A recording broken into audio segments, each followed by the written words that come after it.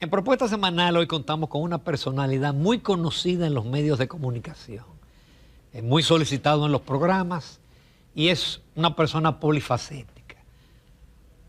Yo me siento muy identificado con él porque él es ingeniero civil, pero es politólogo, ha hecho maestría en relaciones internacionales, pero también en defensa y en muchísimas otras áreas. Así que es un conjunto de cosas con el cual podríamos hablar de infinidad de temas. Alfredo de la Cruz. Muchísimas gracias, Alfredo, por aceptar la invitación. Un placer contigo acá. y tu auditorio, que es bien amplio. Sí, a esta hora tenemos una buena audiencia. Y debo decirte que la admiración es mutua. Debe ser por la afinidad que tenemos. Ingeniero civil. Sí. Que abandonamos la ingeniería civil. Definitivamente. Para dedicarnos a otras áreas. Bueno, Alfredo, vamos a aprovechar el programa especialmente por tu área de politología y de relaciones internacionales. Porque que los temas internacionales, quizás la gente no se da cuenta el impacto que tienen en República Dominicana. Y a veces nos disolvemos con temas de patio, de barrio, y hay cosas que están ocurriendo fuera que van a tener un impacto terrible. Y yo quiero comenzar con Donald Trump. Así, Donald Trump en estos días, hay una especie como de temor mundial cuando este hombre habla del canal de Panamá que debe ser de nosotros, que quiere comprar Groenlandia, Canadá, un estado de la Unión, aranceles a México, aranceles a China, es una especie como de globalización, de retroceso. ¿Es pura boca o tú crees que después del 20 de enero vienen eventos que van a hacer una irrupción en la humanidad? Bueno, interesante pregunta, Ramón. Primero, agradecerte la invitación a tu programa, que siempre sigo, y el saludo a tu auditorio. Mira, realmente hemos visto un Donald Trump ahora reload o recargado. La gente, mucho sigue con la idea de aquel Donald Trump que fue presidente en su primer periodo, 2016, 2021, sí. Por allá. Bueno, no, el Trump que tenemos ahora es un Trump que conoce la geografía del Estado, conoce el interés nacional de Estados Unidos y sabe que para dejar un legado, para sobresalir, tiene que trabajar en función de los intereses de Estados Unidos. Entonces, esos discursos que era lanzado, esas declaraciones no son peregrinas, porque si nos vamos a lo de Groenlandia, eso no viene de ahora ni es de Trump. No. Ese interés de Estados Unidos en Groenlandia viene del 1840 y tanto. Ya varios presidentes intentaron comprarle Groenlandia por el valor estratégico, o sea, el valor geoestratégico, geoeconómico y geopolítico que tiene. De hecho, Groenlandia es una autopista desde el Ártico a Estados Unidos. Entonces, dado que... Está más cerca de New York que de Dinamarca. Así es. Y dado que China ha intentado tener cierta influencia en la zona, pues eso amenaza el interés nacional de Estados Unidos. Eso en cuanto a Groenlandia, que de por sí Groenlandia pertenece a Dinamarca, pero tiene una autonomía por un referéndum que hicieron y tienen la opción de independizarse. Ellos continúan bajo dominio de Dinamarca por el aspecto económico y otros que hay, pero eso habría que ver a qué va en el futuro. En cuanto a lo de... O sea que, perdón, hay un autor, Nouriel Roubini, que plantea que con el cambio climático, parte del deshielo en Groenlandia va a permitir incorporar tierras para la agricultura. Digo, aparte de la cantidad de minerales que hay ahí, es un témpano de hielo, es la isla más grande. Estás actualizado, Ramón. Mira, lo que es cierto, ya Rusia y China están sacando beneficio del deshielo del Ártico, producto del calentamiento global, puesto que, ¿qué es lo que sucede? El Ártico es una zona geoestratégica. ¿Por qué? Porque para tú desplazarte de Vladivostok, en el extremo oriente de Rusia, a Europa, es una distancia corta. Te reduce en un 30% la distancia yéndote por el Ártico, tanto para Rusia como para China. Entonces, además de lo que tú planteas, el deshielo hace que emerjan tierras entonces pueden ser aprovechadas con los incontables recursos minerales y energéticos que tú tienes en la zona. Entonces, ante lo difícil que es para Rusia, producto de las sanciones y producto de la misma geografía, desplazarse por el canal de Suez, pues es más rentable hacerlo por el Ártico. De hecho, ahora se están usando menos rompehielos, porque el mismo calentamiento global ha hecho que los casquetes polares vayan derritiéndose, entonces la zona va quedando al descubierto. Y si uno ve mapas recientes, comparando 2019 con 2024, tú verás la potencialidad que tiene la zona para establecer rutas comerciales. Entonces, en los 1900 se estableció un convenio con los países ribereños al Ártico.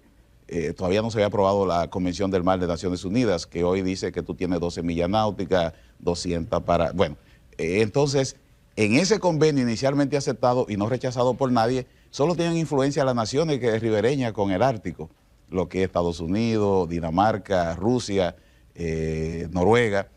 Entonces, hoy la cosa es mucho más complicada, porque después de la Convención del Mar, que Estados Unidos no la ha aprobado, la discute a veces, pero no la ha aprobado, pero sí la aprobó Rusia 10 años después, creo que fue en 1987, y yo la aprobaron en el 97, pues esto plantea una serie de intereses que vamos a estar viendo de ellos en los próximos años.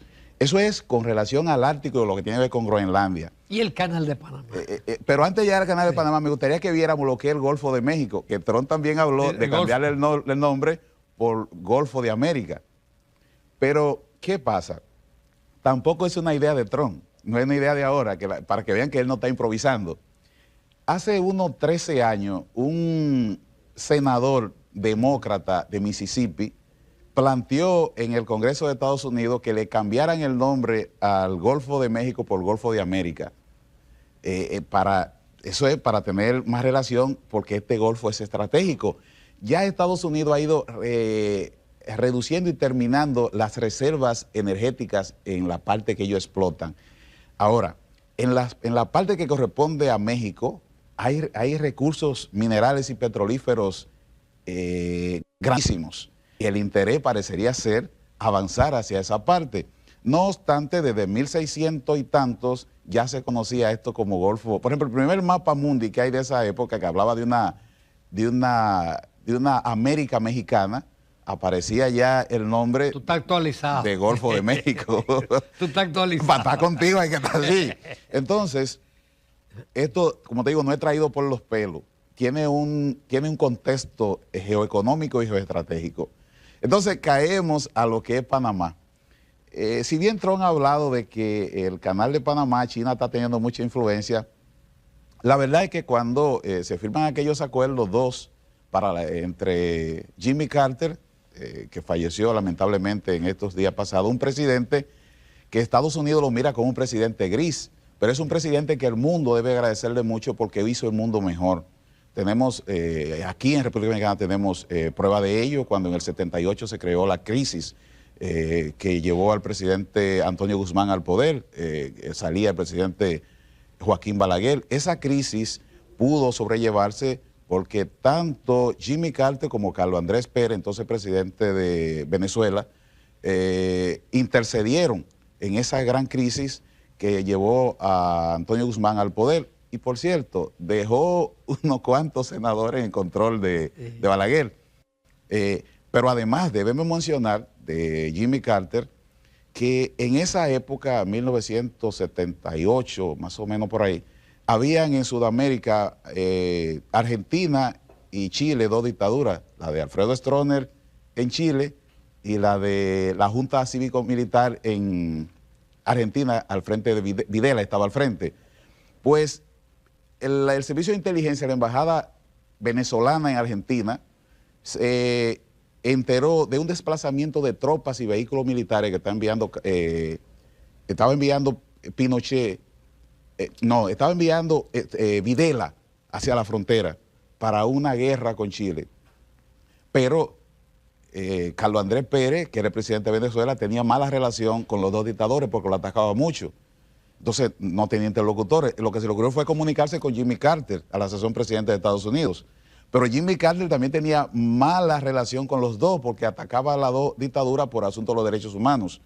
Pero se le ocurrió hablar con el Papa Juan Pablo II, Karol Wojtyła. Entonces, como los dos países tenían una fuerte tradición católica, entonces se le ocurrió hablar con el Papa. El Papa designó al cardenal Navarro, que era un artista de la diplomacia.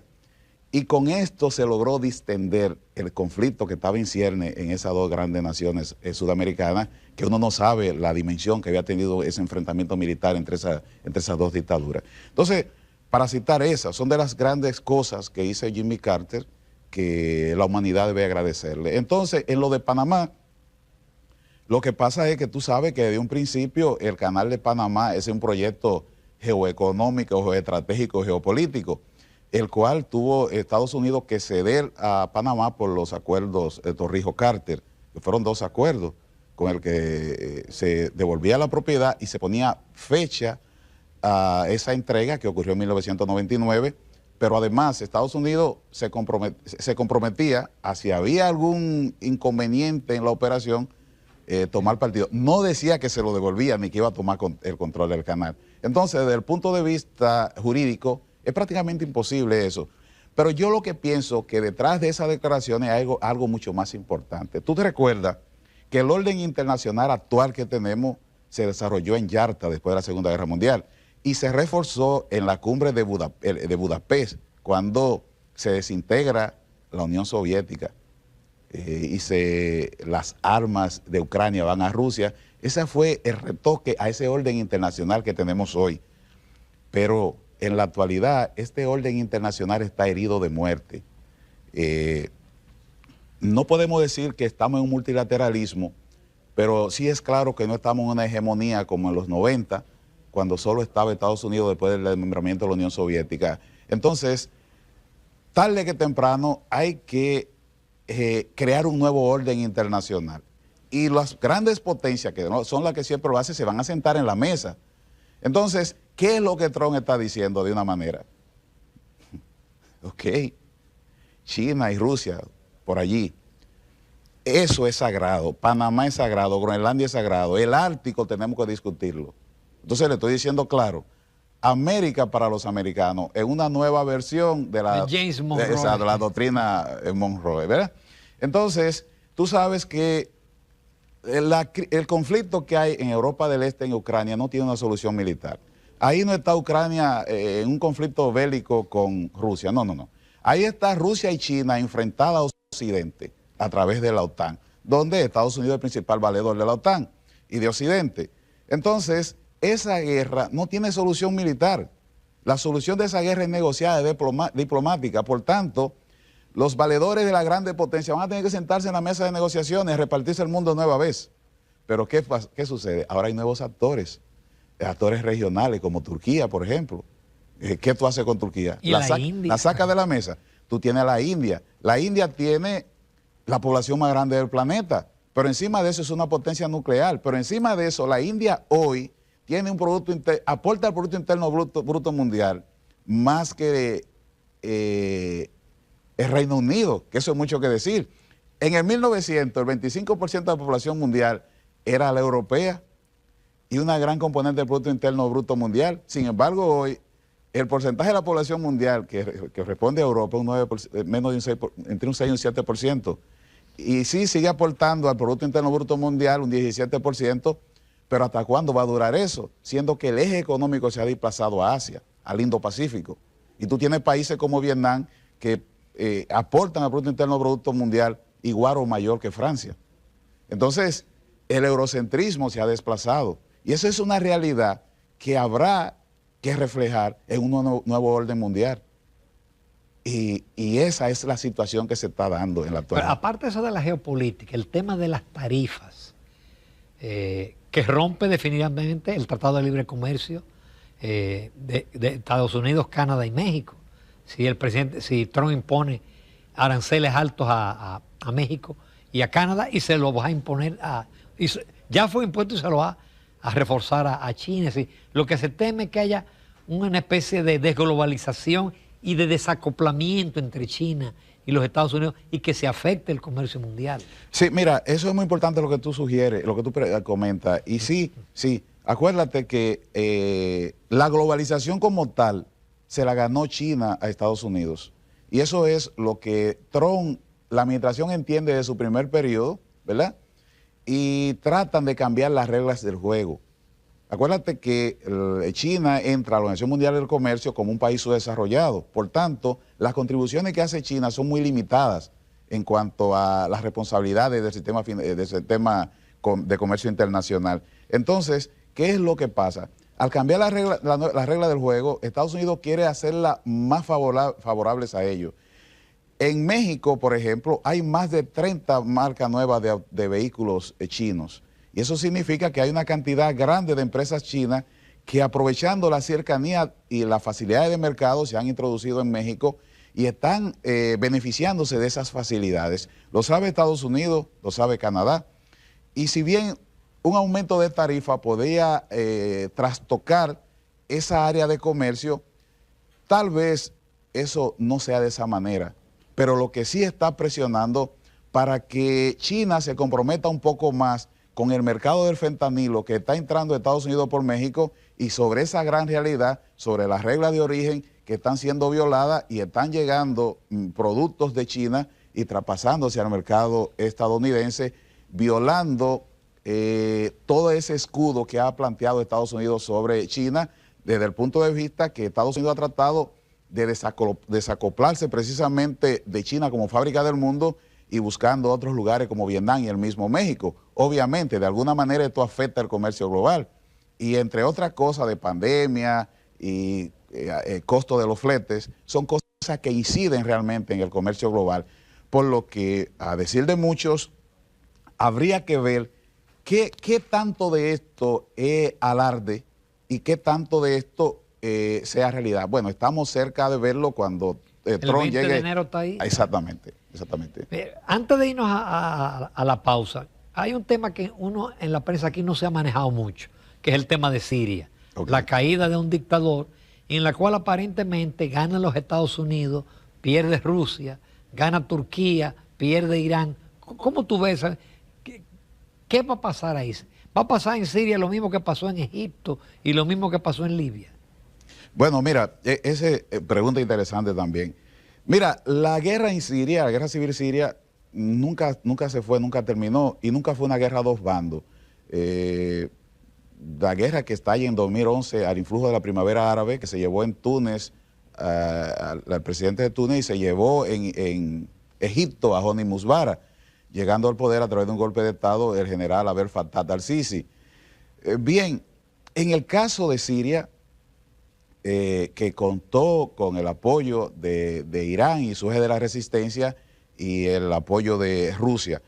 ¿Qué pasa? En Siria, el presidente de entonces, Bashar al-Assad, llama a su valedor Rusia para que le meta la mano, como decimos en buen dominicano. Rusia detiene el avance que iba muy negativo hacia Bashar al-Assad y logra recuperar el 75% del territorio, pero se hace en una especie de acuerdo entre el 2017 y 2018 entre Turquía, Irán y Rusia, donde Rusia se compromete a impedir que Bashar al-Assad tome por la fuerza la provincia de Idlib, donde se habían refugiado los rebeldes, y Turquía, que apoyaba los movimientos integristas, redujera su actividad, se le permitían ciertos puntos de controles y la guerra quedó, ese conflicto, esa guerra civil quedó en cierto nivel de equilibrio. Pero no todas las partes aceptaron esa paz y ese equilibrio, porque allí teníamos grupos integristas, islámicos, teníamos grupos laicos, que eran personas que se opusieron al régimen de Bashar al-Assad y militares que desertaron, pero no eran islámicos. Y también teníamos a los kurdos, que en realidad no luchaban, tenían su propia agenda. Y teníamos actores internacionales como Turquía, Qatar y la misma Irán y Arabia Saudita, que con el apoyo de estos tres, sacando a Irán, de Estados Unidos y otros aliados, se mantuvieron en la zona. Ahora, ¿qué es lo que pasa? Grupos como Tahrir al-Sham nunca estuvieron de acuerdo con esos acuerdos, valga la redundancia, y se mantuvieron peleando con todos. Ahora, ¿qué es lo que pasa? Producto de la guerra de Rusia en Ucrania, el interés de Rusia hoy es otro y está muy concentrada en Ucrania, pero con la guerra de Israel contra Hezbollah en el Líbano, contra Hamas en Gaza y contestando la embestida de Irán con los misiles que lanzó, pues Israel golpeó duramente a Hezbollah, a Hamas y a Irán. Fíjate que cuando Israel hace el ataque se dice que fue leve, pero la realidad no ha mostrado que fue más contundente. Entonces, los rebeldes tomaban nota de esto y aprovecharon el momento preciso para darle el golpe de gracia al régimen de Bashar al-Assad, que tenía 50 y tantos de años. Y en ese momento, pues ni Irán ni Rusia pudieron ayudar al régimen, que no tuvo más que salir huyendo. Y eso ha sido un golpe duro, se quiera o no, tanto en el prestigio internacional de Rusia, que en el 2015 se dio muestra de esa tecnología, de ese poder, mandando ataques del Mar Negro, misiles directos hacia allá. Pero la realidad es que ahora no es lo mismo. En aquel momento necesitaba mostrarle a Occidente que ellos eran una superpotencia global, pero ahora están estancados en Ucrania. Entonces, ¿qué va a pasar en Siria? Así rápidamente. Es un conflicto muy grande y con muchos actores muy complejos para tratar de sintetizarlo, pero a grosso modo tratamos de ver. ¿Qué va a pasar en Siria ahora? Bueno, tenemos en Siria que Israel ha ocupado los territorios del Alto de Golán, que era la zona distendida del lado sirio en el monte Carmelo. Bueno, Israel ha copado toda esta zona porque es una zona estratégica que le permite tener supremacía aérea en toda esa región del Medio Oriente y está más cerca de Damasco, la capital de Siria. Pero los kurdos allá en el Kurdistán iraquí defienden sus intereses y quieren negociaciones con las nuevas autoridades. Por lo pronto, al-Golani, ahora se llama al-Shra, ¿verdad? Plantea, le han lavado la cara de un punto de vista occidental. Tú mira una imagen de al-Golani ahora, sí, una imagen de Zelensky y una imagen de Fidel Castro, y tú verás que son muy parecidos. Si tú le quitas la barba, es Zelensky, pero con la barba tú ves que es Fidel Castro, pero con una imagen occidental. O sea, ya nos olvidamos de que eso eran yihadistas que decapitaban cristianos, decapitaban drusos y decapitaban kurdos. Ya no olvidamos de eso. Entonces, ahora lo que podría dejar ver que de fondo hay cierta connivencia entre esos movimientos integristas y el Estado de Israel. Porque si tú te fijas, tanto Estados Unidos como Israel han sido muy eficaces en descabezar régimen laico para imponer regímenes autocráticos o islámicos. Tú dirías, pero Alfredo no tiene... Sí, lo que pasa es que esos regímenes son más visibles y son más fáciles de justificar intervenciones sin presupuesto. Y parecía verse que hay cierta connivencia entre Turquía e Israel en Siria. Pero ¿hasta cuánto durará eso? Bueno, ante las ambiciones hegemónicas de Turquía y la defensa de sus intereses, de sus imperativos estratégicos de Israel, yo creo que estamos a poco espacio de tiempo de que haya un conflicto aún mayor entre estas dos potencias regionales. Interesante análisis. Con tu permiso, Alfredo, nos vamos a comerciales y vamos a temas nacionales también. Continuamos esta interesante entrevista con Alfredo de la Cruz, ingeniero, politólogo, experto en temas internacionales, en defensa. A veces hemos hecho entrevistas en términos de defensa, pero ahora el panorama global es lo que vale la pena no estar pendiente. Y bueno, y caemos en República Dominicana. ¿Cómo se ve República Dominicana frente a este nuevo mundo? Un país que tiene estabilidad económica, estabilidad política, pero con graves deficiencias en salud, en educación, en infraestructura, y que enfrenta un mundo de inteligencia artificial, de robótica, etcétera, etcétera. Mira, interesante pregunta nueva vez tuya, tú ten la cosa. Mira, el panorama internacional es desafiante, como siempre lo ha sido, y para República Dominicana, que se levanta inerme ante el mundo, porque República Dominicana siempre ha estado sola desde la creación de la independencia. Desde aquella independencia efímera de Núñez de Cáceres, cuando mandó a Antonio Pineda a la Gran Colombia a hablar con Simón Bolívar, que no pudo reunirse con él. Desde ese momento hemos estado solos siempre. Y República Dominicana no puede esperar que nadie venga a desarrollar un proyecto de nación. República Dominicana tiene que desarrollar su propio programa de proyecto de nación. Y si bien nosotros siempre hemos estado de espalda a la comunidad internacional, y como tú decías sabiamente al principio, lo internacional nos afecta, porque cualquier cosa que pasa en el mundo incide en lo interior. Y por eso la política exterior de un Estado es la pata exterior que acuña la política interior de un Estado. Nosotros, como un país periférico que estamos en la esfera de influencia de una superpotencia global como es Estados Unidos, tenemos que ser muy inteligentes, actuar con inteligencia y sigilo de cara a esa realidad. No significa que nos tapemos la boca, pero significa que las batallas que peleemos sean elegidas por nosotros. Y ante esa gran realidad, nosotros debemos sacar beneficios de ser el país de América Latina que mejor comprende a la sociedad norteamericana, donde tenemos grandes hombres dominicanos que son grandes hombres estadounidenses. En ese sentido, cabe resaltar el trabajo que viene realizando la actual administración en ese apartado, donde, por ejemplo, hay una comisión en la cual está nuestro amigo Peregrín y otros que han estado andando en misión en la Unión Europea, en Centroamérica, en Sudamérica, en Norteamérica. Es una especie de ablandar a esos actores internacionales y decisores globales sobre la realidad dominicana, por ejemplo, con el tema haitiano. ¿Cuál es la realidad nuestra desde el punto de vista económico, desde el punto de vista social y desde el punto de vista político? Algo que no había ocurrido nunca. Y es por eso que en estas circunstancias, con todos esos rifirrafes que hemos tenido, no nos han presionado tanto porque esa comisión ha hecho su trabajo. En esa comisión está mi amigo viceministro André Lugo Ritz, y tengo que mencionarlo porque esa misión ha sido excelente. Y sobre todo, esa campaña internacional que ha llevado el presidente Luis Abinader a todos los foros internacionales respecto del tema haitiano. Para algunos dominicanos dicen que no debería de hacerlo, que ese es un tema de Haití. No, pero es que el tema haitiano es el principal tema para nosotros. Y producto de eso, precisamente, eso es lo poco que hemos visto que han hecho, que no es suficiente, pero es algo como la aprobación de esa fuerza policial, de esa misión de estabilización internacional que hay en Haití, comandada por Kenia, que no es la panacea, ni es suficiente, que lo correcto había sido la creación de una fuerza de paz, como quiere Estados Unidos, pero países como China y Rusia, que tienen decisión del Consejo de Seguridad de las Naciones Unidas, se oponen. Tú sabes que Haití es de los pocos países que reconoce a Taiwán, no a la República Popular China, y como tal, entonces eso la indispone con China. Entonces China siempre en el Consejo de Seguridad, igual Rusia, que votan siempre en comunidad, se oponen a todas las soluciones que han buscado para Haití.